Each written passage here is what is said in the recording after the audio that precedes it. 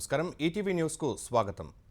ఢిల్లీలో 26 ఏళ్ల తర్వాత బీజేపీ ప్రభుత్వం కొలువుదీరింది. అసెంబ్లీ ఎన్నికల్లో ఆమ్ ఆద్మీ పార్టీపై ఘన విజయం సాధించిన బీజేపీ కొత్త ప్రభుత్వాన్ని ఏర్పాటు చేసింది. సీఎంల ఎంపిక విషయంలో కొత్త ఒరవడిని కొనసాగిస్తూ ఢిల్లీ ముఖ్యమంత్రిగా తొలిసారి ఎమ్మెల్యే అయిన రేఖా గుప్తాను ఎంపిక చేయగా రామ్లీలా మైదానంలో వేల మంది ప్రజల సమక్షంలో ఆమె ప్రమాణ స్వీకారం చేశారు. లెఫ్టినెంట్ గవర్నర్ వీకే సక్సేనా రేఖా గుప్తా చేత ముఖ్యమంత్రిగా ప్రమాణం చేయించారు. మంత్రులుగా పర్వేష్ వర్మ, ఆశిష్ సూద్, మంజీందర్ సింగ్, రవీందర్ ఇంద్రాజ్, కపిల్ మిశ్రా, పంకజ్ కుమార్ సింగ్ ప్రమాణ స్వీకారం చేశారు. ఈ కార్యక్రమానికి ప్రధాని నరేంద్ర మోదీ, రాజ్నాథ్ సింగ్, అమిత్ షా సహా పలువురు కేంద్ర మంత్రులు, ఏపీ ముఖ్యమంత్రి చంద్రబాబు, ఉప ముఖ్యమంత్రి పవన్ కళ్యాణ్, ఇతర ఎన్డీఏ నేతలు, ఎంపీలు హాజరయ్యారు. బీజేపీ పాలిత రాష్ట్రాల ముఖ్యమంత్రులు కూడా కొందరు తరలివచ్చారు. తొలిసారి శాసనసభకు ఎన్నికై ఢిల్లీ సీఎం పీఠాన్ని అధిష్ఠించిన రేఖా గుప్తా స్వస్థలం హర్యానాలోని జులానా. 1974 జూలై 19న జన్మించిన రేఖా గుప్తా ఢిల్లీ యూనివర్సిటీ పరిధిలోని దౌలత్ రామ్ కళాశాలలో బీకాం చదివారు. 1992లో ఏబీవీపీ ద్వారా విద్యార్థి రాజకీయాల్లో ప్రవేశించిన ఆమె 1995-96లో ఢిల్లీ వర్సిటీ విద్యార్థి సంఘం కార్యదర్శిగా పనిచేశారు. 1996-97లో అధ్యక్షురాలిగాను సేవలు అందించారు. మేరట్లోని చౌదరి చరణ్ సింగ్ విశ్వవిద్యాలయం నుంచి న్యాయశాస్త్ర పట్టా పుచ్చుకుని కొంతకాలం న్యాయవాదిగా పనిచేశారు. 1998లో మనీష్ గుప్తాను వివాహం చేసుకున్నారు. 2007లో ఉత్తర పీతంపుర మున్సిపల్ కౌన్సిలర్గా విజయం సాధించారు. అనంతరం దక్షిణ ఢిల్లీ మున్సిపల్ కార్పొరేషన్ మేయర్గా బాధ్యతలు నిర్వర్తించారు. ప్రస్తుతం బీజేపీ మహిళా మోర్చా జాతీయ ఉపాధ్యక్షురాలిగా, పార్టీ జాతీయ కార్యవర్గ సభ్యురాలిగా ఉన్నారు. బీజేపీ నుంచి సుష్మా స్వరాజ్, ఉమాభారతి, వసుంధర రాజే, ఆనందీబెన్ పటేల్ తర్వాత ముఖ్యమంత్రి బాధ్యతలు చేపట్టిన 5వ మహిళగా, దేశంలో విభిన్న పార్టీల నుంచి సీఎం పదవి చేపట్టిన 18వ మహిళగా రేఖా గుప్తా నిలిచారు. పోలవరం ఎడమ, కుడి కాలువల నిర్మాణానికి చేసిన ఖర్చును రీయింబర్స్ చేయాలని ముఖ్యమంత్రి చంద్రబాబు, డిప్యూటీ సీఎం పవన్ కళ్యాణ్ కేంద్రానికి విజ్ఞప్తి చేశారు. ఈ మేరకు ఇరువురు కలిసి ఢిల్లీలో కేంద్ర జలశక్తి మంత్రి సిఆర్ పాటిల్తో సమావేశమయ్యారు. ఈ భేటీలో పోలవరం ప్రాజెక్టును యుద్ధ ప్రాతిపదికన పూర్తి చేసేందుకు అవసరమైన అన్ని సహాయ సహకారాలు అందించాలని కోరినట్టు తెలిపారు. పోలవరం వద్ద గోదావరి నుంచి 200 టీఎంసీల వరద నీటిని లింక్ కెనాల్ ద్వారా బనకచెర్లకు తరలించే లక్ష్యంతో చేపట్టిన పోలవరం బనకచెర్ల లింక్ ప్రాజెక్టుకు పాటిల్ మద్దతు కోరినట్లు వెల్లడించారు. ఈ ప్రాజెక్టు ఏపీని కరువు రహితంగా మారుస్తుందని వివరించినట్టు తెలిపారు.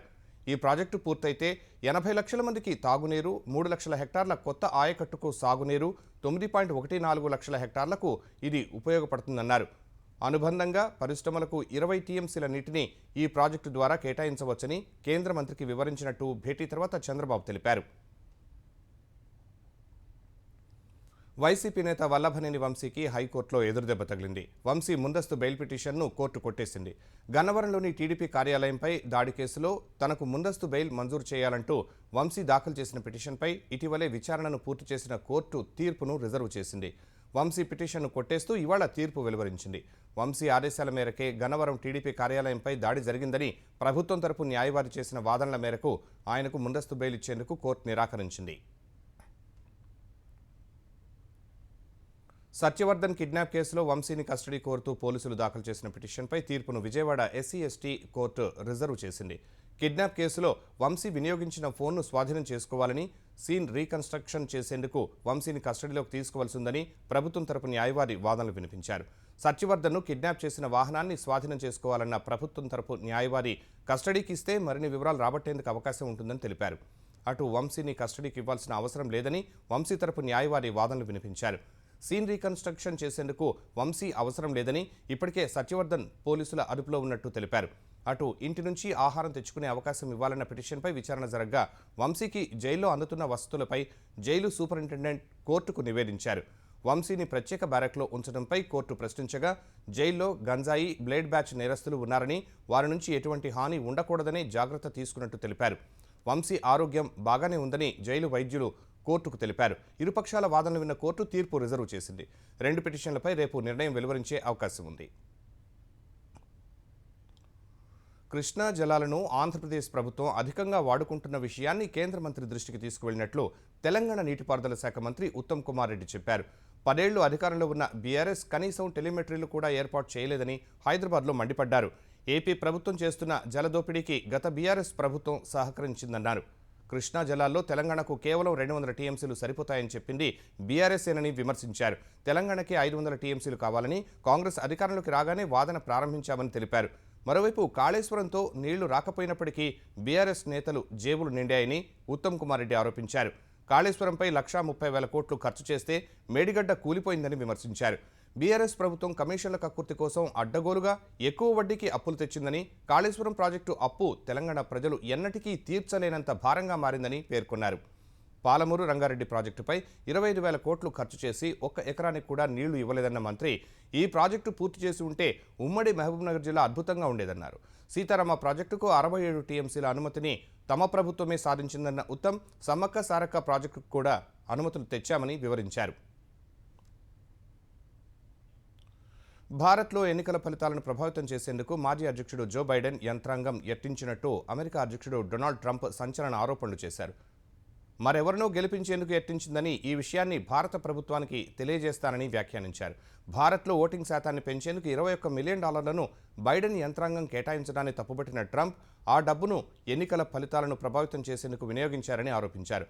ఫ్లోరిడాలోని మియామిలో జరిగిన FII ప్రియారిటీ షోలో పాల్గొన్న ట్రంప్, భారత్లో ఓటింగ్ శాతం పెంచేందుకు అమెరికా ఎందుకు ఖర్చు పెట్టాలని ప్రశ్నించారు.